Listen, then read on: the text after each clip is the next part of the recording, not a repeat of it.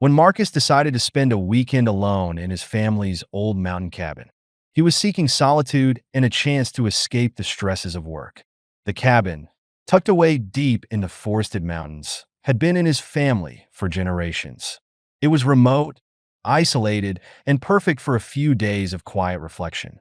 His phone barely got any signal out there, and that was exactly what he wanted, a complete break from the noise of the world. After a long drive and a hike up a winding trail, Marcus finally reached the cabin. As he unlocked the door and stepped inside, a wave of nostalgia washed over him. The rustic furnishings, the stone fireplace, and the smell of aged wood brought back memories of summers spent here with his family. He set down his bag, eager to settle in and enjoy the peace. That night, as a gentle rain began to fall, Marcus lit a fire and curled up with a book. The sound of raindrops on the roof and the crackling fire made for the perfect atmosphere, and he quickly drifted off into a comfortable sleep. Sometime in the early hours of the morning, Marcus was startled awake by a faint knocking sound. He sat up, his heart pounding as he listened. The knock came again, louder this time, echoing through the silence of the cabin. Reluctantly, Marcus got out of bed, his mind racing with possibilities. Could it be an animal? Or maybe a lost hiker seeking shelter? But as he opened the door, his eyes widened in shock. Standing there, drenched from the rain, was a man he didn't recognize. The stranger was tall and gaunt, with piercing blue eyes that seemed to glow in the dim light. He was dressed in old-fashioned clothes, worn and frayed, as if he had been wandering the mountains for years. "Can I help you?" Marcus asked cautiously. The man's voice was soft, almost a whisper. "I'm sorry to disturb you. I was passing through and saw the light. I've been lost for some time." Marcus hesitated, unsure whether to trust him. But the man's appearance, though unsettling, was pitiful. He looked exhausted, as though he hadn't slept in days. Reluctantly, Marcus stepped aside and let him in.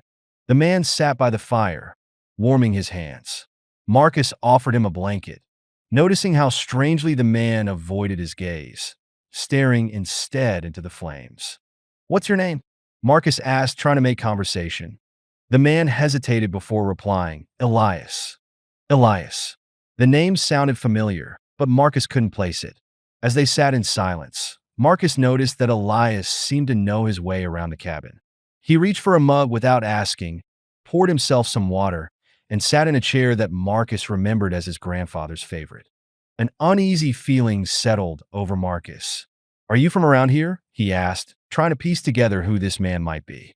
Elias nodded slowly, his gaze never leaving the fire. "I used to be." That night, Marcus couldn't sleep. He lay in bed, listening to the rain and the quiet creaks of the cabin, his mind racing with questions about his mysterious guest. He couldn't shake the feeling that Elias knew more about the cabin and about him than he was letting on. In the early morning, Marcus went into the main room, but Elias was gone. There was no sign he had ever been there, except for the damp blanket and a faint imprint on his grandfather's chair. Marcus felt a chill run down his spine. Later that day, Marcus went into the nearby town to buy supplies. While there, he decided to ask a few locals about anyone named Elias. An older man at the store, who had known Marcus's family for years, gave him a strange look. "Elias?" the man said, frowning. "That was the name of your great-uncle. He went missing in these mountains decades ago. Some say he lost his way and never came back." Marcus's blood ran cold.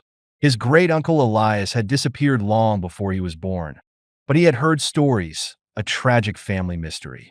He hadn't thought about it in years, but now the pieces were starting to fit. That night, as Marcus sat alone in the cabin, he felt a presence, a weight in the air that he couldn't explain. He glanced toward his grandfather's chair, half expecting to see Elias sitting there, watching him. Then he noticed something he hadn't seen before, a faint carving on the armrest of the chair. Leaning closer, he made out the initials EB, Elias Brooks, his great-uncle's name. A shiver ran down his spine. The next morning, Marcus left the cabin, leaving behind the memory of a man who had never truly left the mountains.